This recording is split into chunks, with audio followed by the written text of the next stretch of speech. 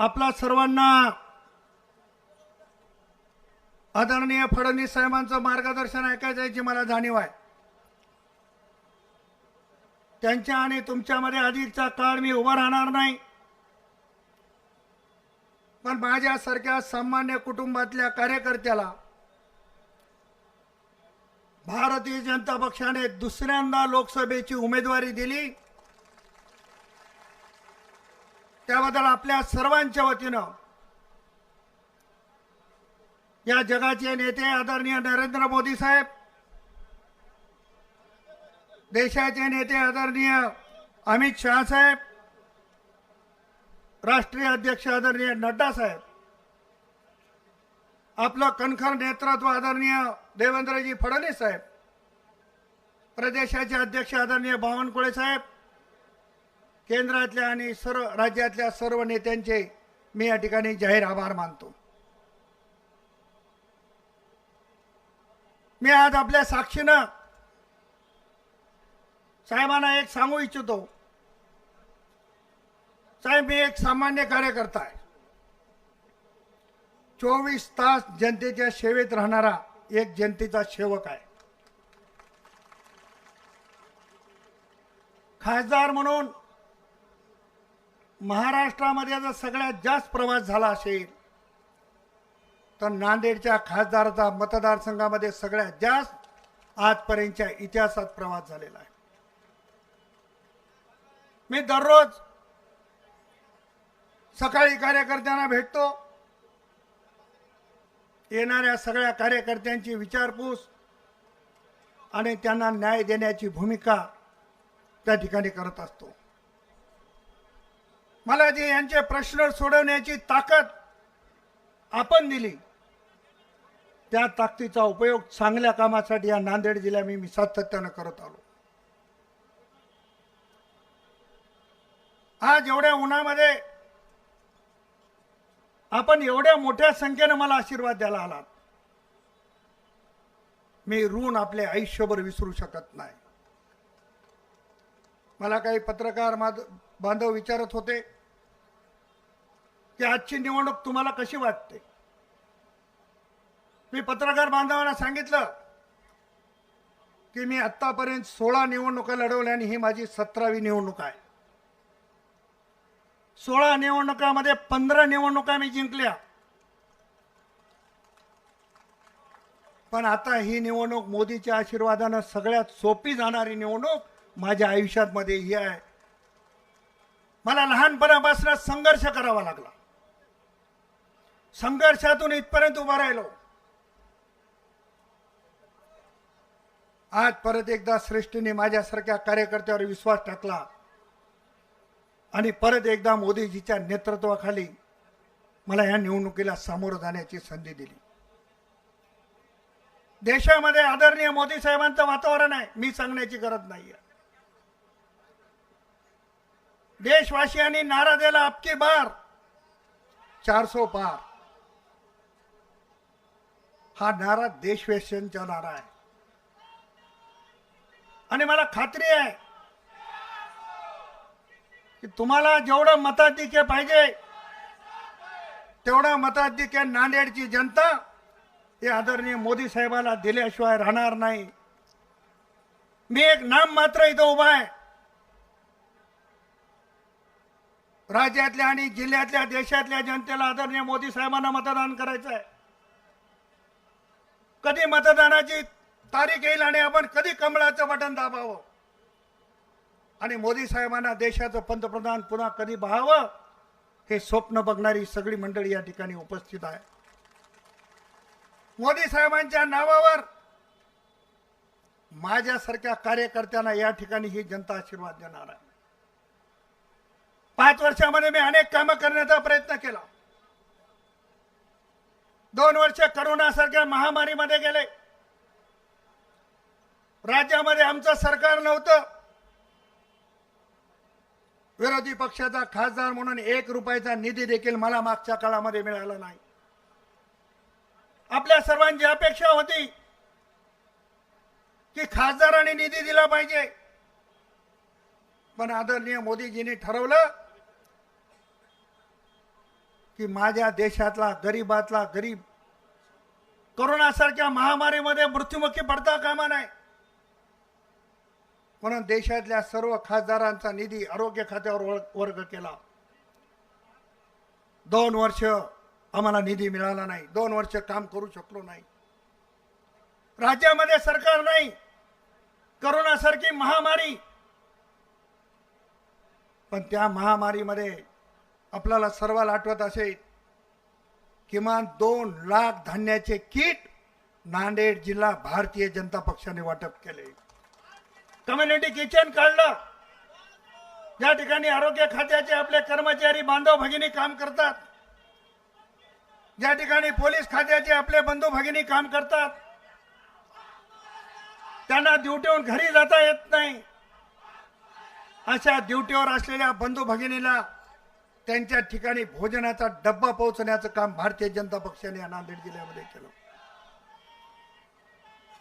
निधी मिळाला नसला तरी तुमचा आशीर्वाद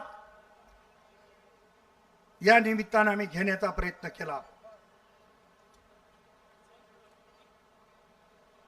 रेल्वेचे प्रश्न थोडक्यात सांगणार आहे.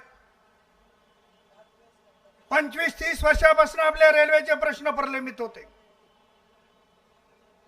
कैलासवासी सुधाकररावजी डोईफोडे साहेब असतील, भास्कररावजी पाटील खतगावकर साहेब असतील, सूर्यकांता ताई असतील, अशोकरावजी चव्हाण साहेब असतील, जे जे म्हणून खासदार झाले त्यांनी सगळ्यांनी प्रयत्न केले असतील आणि केलेले आहेत. परंतु माझ्यासारखा सामान्य कार्यकर्ता भारतीय जनता पक्षाचा खासदार झाला आणि या रेल्वेचे सगळे प्रश्न मार्गाला लागले. नांदेड देगलूर बिदरचा मार्ग अनेक वर्षापासून प्रलंबित होता. राज्यामध्ये भारतीय जनता पक्षाचं सरकार, केंद्रामध्ये भारतीय जनता पक्षाचं सरकार 2552 कोटी रुपये या रेल्वे मार्गाला केंद्राने मंजूर केले. मधल्या काळामध्ये महाराष्ट्रात सरकार नसल्यामुळं एनओसी मिळत नव्हती, निधी मिळत नव्हता. परंतु एकनाथरावजी शिंदे साहेबांच्या आणि देवेंद्र फडणवीस साहेबांच्या नेतृत्वात आणि अलीकडे दादांच्या नेतृत्वात हे सरकार आलं आणि आपण बघितलं की आमच्या आदरणीय फडणवीस साहेबांनी 750 कोटी रुपयाचा ठराव कॅबिनेटमध्ये केला आणि 50% वाटा उचलण्याचं काम केलं. एकच रेल्वे मार्ग नाही, हा रेल्वे मार्ग. काही मंडळी, काल मी ऐकलं भाषणात, माझ्या कानावर आलं की आम्ही तिकीट काढून ठेवलंय पण रेल्वे कधी सुरू होणार आहे. तुम्ही तिकीट काढून ठेवा, तुम्हाला रेल्वेत भारतीय जनता पक्ष बसवल्याशिवाय राहणार नाही एवढं या ठिकाणी सांगणार आहे. बोधन नरसी मुखेड लातूरचा मार्ग असेल, नांदेड लोहा अहमदपूर लातूरचा मार्ग असेल, यासाठी केंद्रीय रेल्वे मंत्री आदरणीय अश्विनी वैष्णव साहेबांनी, आदरणीय राज्यमंत्री दानवे साहेबांनी आता याच्या पुढे सर्वे होणार नाही, अंतिम डीपीआर सादर करा अशा पद्धतीचे आदेश रेल्वे विभागाला दिलेले आहेत. येणाऱ्या काळामध्ये ते देखील रेल्वेचा मार्ग पूर्ण होणार आहे. आदरणीय अमित शाह साहेब नांदेडला आले, आम्ही त्यांना मागणी केली. अमित शाह साहेबांनी आपल्या सर्वांच्या साक्षीने सांगितलं, नांदेड का एयरपोर्ट जल्दी सुरू हो जाएगा. नांदेडला वंदे भारत लवकर येईल. मला आज सांगायला हरकत नाही साहेब, आपल्या आणि अमित शाह साहेबांच्या प्रयत्नामुळे नांदेडवरनं आता 6 उडान सुरू झालेले आहेत कालच्या 1 तारखेपासून. वंदे भारत आता इलेक्ट्रिफिकेशनचं काम येणाऱ्या 15 दिवसात पूर्ण होणार आहे. त्याच्यामुळे वंदे भारत जी जालन्यापर्यंत येते ती नांदेडमध्ये पर्यंत येणार आहे. आदरणीय गडकरी साहेबांच्या माध्यमातून नॅशनल हायवेचं जाळं मोठ्या प्रमाणामध्ये नांदेड जिल्ह्यामध्ये निर्माण झालेलं आहे. म्हणून रेल्वेचे प्रश्न, नॅशनल हायवेचे प्रश्न, विमान सेवेचे प्रश्न, ही सगळी दळणवळणाची व्यवस्था विकासाच्या दृष्टीने आता नांदेडला सुरू झालेली आहे. आणि तुम्हाला एक आश्वासन देणार आहे की पुढच्या 5 वर्षाच्या काळात आता मी एकटा राहिलेलो नाही, तर माझ्यासोबत अशोकरावजी चव्हाण साहेब आणि डॉक्टर गोपछडे साहेब खासदार म्हणून आलेले आहेत. आम्ही सर्वजण मिळून नांदेड जिल्ह्यामध्ये मोठे मोठे उद्योग आणण्याचा निश्चितपणानं प्रयत्न करणार आहे. आपल्याला आश्चर्य वाटत असेल की अशोकरावजी चव्हाण आणि प्रताप पाटील एका मंचावर आहेत. 25 वर्ष एकूण एकाचा संघर्ष झाला. 25 वर्षामध्ये कधी एकूण एकाच्या व्यासपीठावर आम्ही नव्हतो. आमचा संघर्ष सगळ्या जनतेला माहिती आहे. मलाही स्वप्नात असं वाटलं नाही की अशोकरावजी आणि मी एका व्यासपीठावर येऊ, पण मोदी है तो मुमकिन है. मोदी साहेबांनी जादू केली. अशोकराव चव्हाण साहेबांनी भारतीय जनता पक्षाचं नेतृत्व स्वीकारलं, भारतीय जनता पक्षात प्रवेश केला आणि आम्ही सगळे एका मंचावर आलो. आता त्याची चिंता करायची गरज नाही. 10-5 लोक राहतात, त्यांना असं वाटते हे दोघं एकत्र आल्यावर आपलं काय. तुम्ही काही काळजी करू नका. चुकून तिकडे राहिला असेल तर इकडे या, तुमचा सन्मान आम्ही करणार आहोत. खूप गोष्टी सांगण्यासारख्या आहेत. सगळ्या खोलामध्ये मी जाणार नाही. आणि मी माझ्या आयुष्यामध्ये कधी कोण्या उमेदवाराच्या विरोधामध्ये वैयक्तिकरित्या बोललो नाही. आता तर मी भारतीय जनता पक्षात आहे. भारतीय जनता पक्षाची शिकवण आहे, आपलं काम, आपल्या पक्षाचं काम, आपल्या नेतृत्वाने केलेलं काम हे जनतेच्या समोर मांडा. पण केविलवाणी गोष्ट आहे. लोक म्हणायला लागले उमेदवार काळा आहे का गोरा आहे. अरे मी इतक्या निवडणुका लढिलो, माझा तुम्हाला कलर दिसला नाही का. हा कलर पक्का कलर आहे, याच्यामध्ये काही फरक पडू शकत नाही. एखाद्या गोऱ्याला जर उन्हात उभा केलं तर ते काळं होऊ शकते, पण आमच्यावर याच्यापेक्षा आणखी काही कलर चढायची गरज नाही. आता काही मंडळी असं म्हणाली, खुशाल पाटील, की प्रतापराव काय काय करतात आम्हाला जास्त माहित आहे. आणि ज्यांनी हे म्हणलंय ते माझ्यासोबतच करत होते, की त्यांनी विसरून गेले, कारण ते जिल्हा परिषदेला माझ्यासोबत होते. माझ्याकडे हरियाराव, आपल्याकडे तर लई फोटो आहेत, आपण तरी बरे दोघं, आपल्यापेक्षा वाईट कथा आहे, पण ती इथं सांगायची गरज नाही आहे. गाढवानं लात मारली म्हणून गाढवाला लात मारण्याची संस्कृती आपली नाही, त्याचा सन्मान करण्याची संस्कृती आहे. परंतु ते कशासाठी बोलण्याचं लक्षण आहे. पायाखालची जर वाळू घसरली तर माणसं अशा पद्धतीने बोलतात. त्याच्यामुळे ते बोलले म्हणून मी बोललं पाहिजे. आता काही लोक सांगितलं की आमच्या तब्येतीचं कारण पुढे करतायत. एखाद्या तरी कार्यकर्त्यांनी सांगावं, या मंचावरच्या कोणत्या तरी नेत्यानं कोणाच्या तब्येतीच्या बद्दल बोलले का. तुम्ही सांगून आपला हसं का करून घेता. आदरणीय प्रकाश आंबेडकर साहेबांनी याच्याबद्दल वक्तव्य केलेलं आहे, त्याच्यामुळे त्याच्या खोलात मी जाणार नाही. परंतु आपल्याला याच्यातून साध्य काही होणार नाही. आदरणीय मोदी साहेबांच्या नेतृत्वामध्ये, आदरणीय देवेंद्र फडणवीस साहेबांच्या नेतृत्वामध्ये प्रताप पाटील चिखलीकर 100% निवडून येणार आहेत, याच्यात शंका करायची गरज नाही. मला खात्री आहे.